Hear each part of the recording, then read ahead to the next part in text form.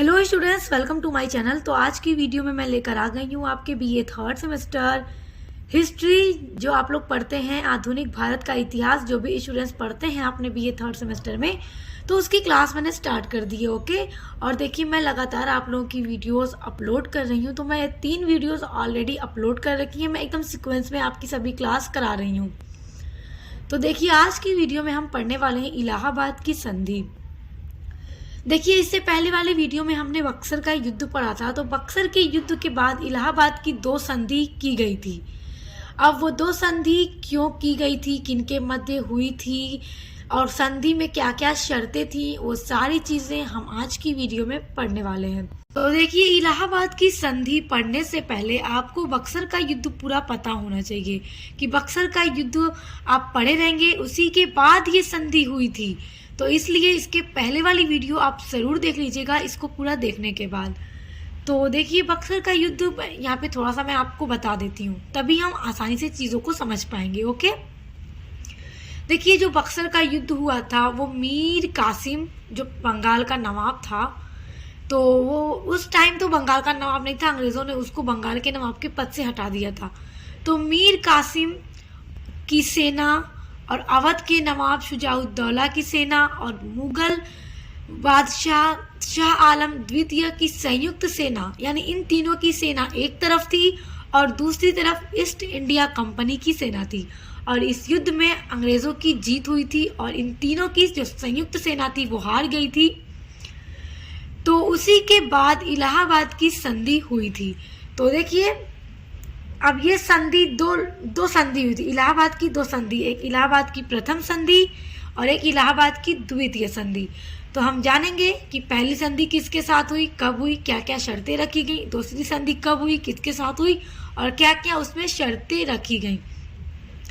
अब देखो ध्यान दो कि संधि जो हो रही है, इलाहाबाद की प्रथम संधि जो हुई 12 अगस्त 1765 ईस्वी में, और बक्सर का युद्ध कब हुआ था, बक्सर का युद्ध हुआ था 22 और या 23 अक्टूबर 1764 ईस्वी में। और ये संधि हो रही है 12 अगस्त 1765 ईस्वी में। किसके मध्य हो रही है इलाहाबाद की प्रथम संधि, देखिए रॉबर्ट क्लाइव, ये कौन था, ईस्ट इंडिया कंपनी जिसके नेतृत्व में थी, जो बंगाल का गवर्नर था। बक्सर के युद्ध को जीतने के बाद जो बंगाल का गवर्नर था रॉबर्ट क्लाइव, ये तथा मुगल बादशाह शाह आलम द्वितीय के मध्य इलाहाबाद की पहली संधि हुई थी। अब सुनो, अब ध्यान दीजिए, मीर कासिम जो था उसकी लड़ाई थी अंग्रेजों के साथ, वही अंग्रेजों को बंगाल से खदेड़ना चाहता था।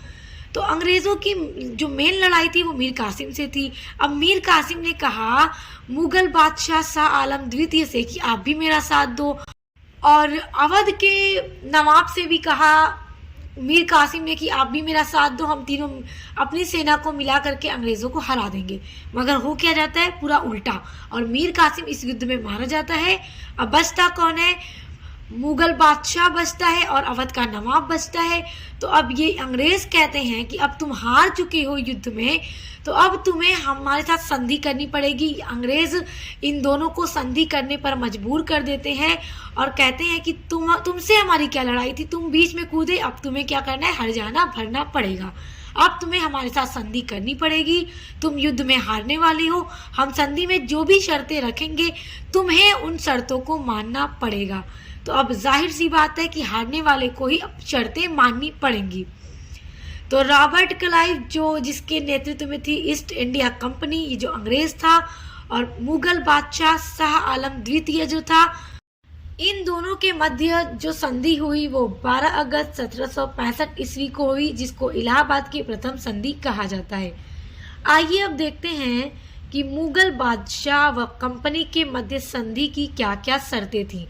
ये बहुत इंपॉर्टेंट पॉइंट है आपका, परीक्षा की दृष्टि से आपको एकदम इसे याद रखना है, बहुत ज़्यादा इम्पोर्टेंट है। तो ध्यान दीजिए, देखिए अब मुगल बादशाह कौन था उस टाइम, शाह आलम द्वितीय।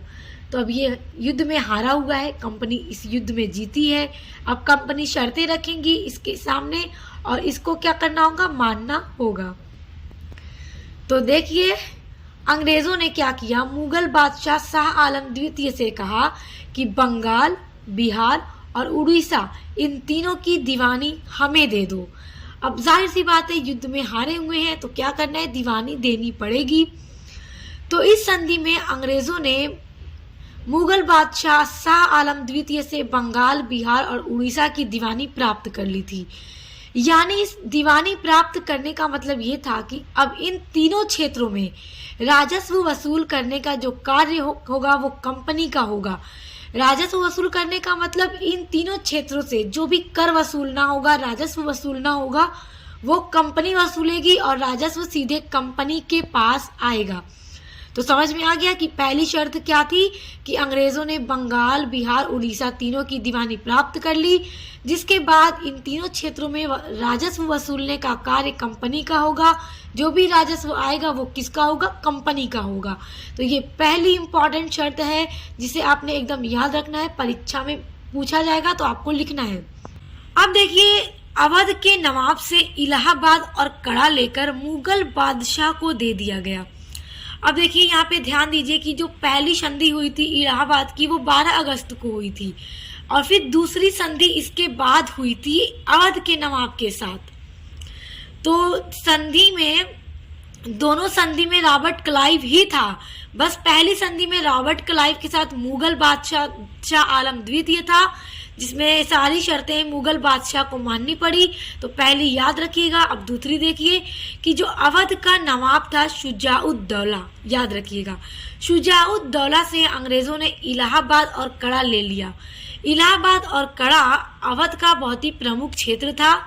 तो अंग्रेजों ने क्या किया कि अवध के नवाब से इलाहाबाद और कड़ा ले लिया और आप आगे जो संधि में पढ़ेंगे अवध के नवाब के साथ तो उसमें ये आपको मिलेगा। तो इलाहाबाद और कड़ा ले लेते हैं अंग्रेज और फिर जो दीवानी उन्होंने हासिल की थी मुगल बादशाह से बंगाल, बिहार और उड़ीसा की, तो उसके बदले क्या करते हैं कि मुगल बादशाह को इलाहाबाद और कड़ा दे देते हैं।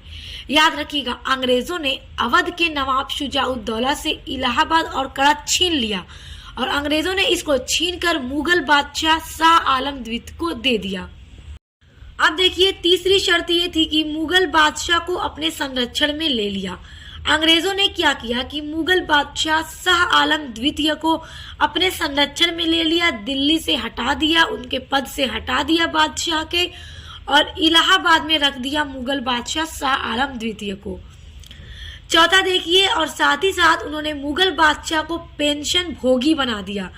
अंग्रेजों ने कहा कि इलाहाबाद में रहिए, आपको पेंशन दिया जाएगा प्रति वर्ष 26 लाख। तो अंग्रेजों ने प्रति वर्ष 26 लाख रुपए मुगल बादशाह को देने की बात कही इस संधि के अंदर। तो ये कुछ इम्पोर्टेंट शर्तें हैं जो इलाहाबाद की प्रथम संधि की शर्तें हैं जो रॉबर्ट क्लाइव तथा मुगल बादशाह में हुई थी। ये सारी शर्तें रख कौन रहा था, अंग्रेज रख रहे थे और मान कौन रहा था, मुगल बादशाह मान रहा था। तो आई होप आपको ये इलाहाबाद की प्रथम संधि बहुत अच्छे से समझ में आ गई होगी। आपको इस संधि की सभी शर्तें याद रखनी है और याद रखना है ये युद्ध, और याद रखना है कि ये संधि कब हुई थी, किसके मध्य हुई थी। रॉबर्ट क्लाइव और मुगल बादशाह शाह आलम द्वितीय के मध्य 12 अगस्त 1765 ईस्वी में हुई थी। अब देखिए, हम देखेंगे इलाहाबाद की दूसरी संधि। अब बताइए, बक्सर के युद्ध में मीर कासिम का साथ कौन कौन दे रहा था? मुगल बादशाह शाह आलम द्वितीय दे रहा था और अवध का नवाब शुजाउद्दौला दे रहा था। देखिए, शुजाउद्दौला, ये दोनों मीर कासिम का साथ दे रहे थे बक्सर के युद्ध में। तो मीर कासिम तो युद्ध में मारा जाता है, बच कौन जाता है? यही दोनों, एक मुगल बादशाह और एक अवध का नवाब शुजाउद्दौला। अब हारे हैं तो संधि दोनों के साथ ही कंपनी करेगी, दोनों के साथ ही करेगी। तो मुगल बादशाह के साथ जो संधि हुई हमने उसको पढ़ लिया और आई होप कि आप बहुत अच्छे से समझ गए होंगे। अब देखिए, अब ये इलाहाबाद की दूसरी संधि 16 अगस्त 1765 को हुई थी और पहली संधि 12 अगस्त 1765 ईस्वी को हुई थी। तो दूसरी संधि हुई थी वो रॉबर्ट क्लाइव तथा अवध के नवाब शुजाउद्दौला के बीच हुई थी। रॉबर्ट क्लाइव, याद रखिएगा, इलाहाबाद की प्रथम संधि में भी था और द्वितीय संधि में संधि कर रहा है अब यहाँ पर अवध के नवाब शुजाउद्दौला के साथ। अब देखिए, संधि की प्रमुख शर्तें कौन कौन सी थी, देखिए यहाँ पे रहेगा। तो संधि की शर्तें देखिए, पहली शर्त ये थी कि इलाहाबाद और कड़ा अंग्रेजों ने अवध के नवाब शुजाउद्दौला से छीन लिया और ले करके मुगल बादशाह शाह आलम द्वितीय को दे दिया। जैसा कि अभी मैंने ऊपर भी आपको बताया इलाहाबाद की प्रथम संधि में, तो अंग्रेजों ने क्या किया कि अवध के नवाब से कहा कि आप इलाहाबाद और कड़ा हमें दे दो, और क्या करना है कि ये मुगल बादशाह शाह आलम को दे देंगे। तो इसलिए अवध के नवाब से इलाहाबाद और कड़ा छीन लिया अंग्रेजों ने और मुगल बादशाह शाह आलम द्वितीय को दे दिया। अब दूसरा देखिए, अवध में कर मुक्त व्यापार की अनुमति प्राप्त कर ली। अब देखिए, जैसा कि संधि में शर्तें आगे कौन रख रहा है नवाब के सामने, अंग्रेज रख रहे हैं। तो अंग्रेजों ने कहा अवध के नवाब शुजाउद्दौला से कि हमें अवध में कर मुक्त व्यापार करने की अनुमति दो। तो अब जाहिर सी बात है, शर्तें हैं तो माननी पड़ेगी, संधि जो कर रहे हैं। तो अवध के नवाब ने क्या किया, अनुमति दे दी और अंग्रेजों को अवध में कर मुक्त व्यापार करने की भी अनुमति मिल गई।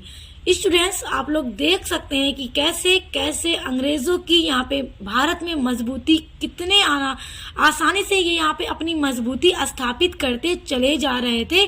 और बक्सर का युद्ध जो था, उसी बक्सर के युद्ध के बाद यहाँ पे अंग्रेजों की जो स्थिति थी, जो शक्ति थी, वो और भी तेजी से बढ़ी और धीरे धीरे ये लोग ऐसे ऐसे काम करते जा रहे थे, यहाँ के ही नवाबों को अपने आगे सर झुकाने पर मजबूर कर दे रहे थे। अब इस संधि के बाद तो इनकी जो शक्ति है वो और भी बढ़ जाती है, क्योंकि इन्होंने बंगाल, बिहार, उड़ीसा का भी क्षेत्र प्राप्त कर लिया, वहां की दीवानी प्राप्त कर ली, मुगल वंश के बादशाह को हटाकर इलाहाबाद रख दिया। जैसे देखिए कितनी तेजी से ये अपनी मजबूती को स्थापित करते जा रहे थे। अब देखिए, इलाहाबाद की दूसरी संधि में रॉबर्ट क्लाइव तीसरी क्या शर्त रखता है, कंपनी के द्वारा क्या शर्त रखी जाती है अवध के नवाब शुजाउद्दौला के साथ। तीसरी शर्त ये थी कि युद्ध क्षतिपूर्ति के रूप में 50 लाख रुपए का जुर्माना।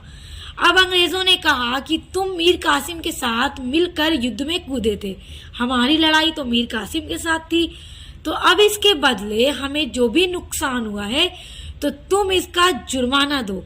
तो अंग्रेजों ने नवाब शुजाउद्दौला से 50 लाख रुपए भी लेते हैं जुर्माना। कौन लेता है, अंग्रेज मांगते हैं नवाब शुजाउद्दौला से। तो ये नवाब शुजाउद्दौला 50 लाख रुपए युद्ध क्षतिपूर्ति के रूप में अंग्रेजों को देते हैं। चौथा देखिए, नवाब के खर्चे पर अंग्रेज सेना रखी। अब अंग्रेजों ने क्या किया कि नवाब के जो भी खर्चे थे उसके ऊपर अंग्रेजों ने अपनी अंग्रेज सेना ही रख दी पूरा देखने के लिए। अब पांचवी जो थी, चुनार का जो किला था उसको भी अंग्रेजों ने इस संधि के तहत मांग लिया, यानी कि अवध के नवाब से अंग्रेजों ने चुनार का किला भी ले लिया। तो इलाहाबाद की ये जो दूसरी संधि थी उसकी यही सारी निम्नलिखित शर्तें हैं जिनको आपने याद रखना है, क्योंकि ये सारी शर्तें बहुत ज़्यादा इम्पॉर्टेंट हैं और एग्जाम में इलाहाबाद की प्रथम संधि और द्वितीय संधि के जुड़े प्रश्न जरूर पूछे जाते हैं। तो स्टूडेंट्स, आई होप आप इन दोनों संधियों को बहुत अच्छे से समझ गए। स्टूडेंट्स, इसी तरह मैं लगातार आप लोगों के आधुनिक भारत के इतिहास में जितने भी यूनिट्स हैं, चैप्टर्स हैं, सभी की वीडियोस एक सीक्वेंस में लगातार अपलोड करती रहूंगी। तो सभी को पढ़ने के लिए चैनल को सब्सक्राइब करके बेल आइकन को प्रेस कर लीजिए ताकि आने वाले वीडियोस के नोटिफिकेशन आपको मिलते रहे। तो अब मिलते हैं नेक्स्ट वीडियो के साथ।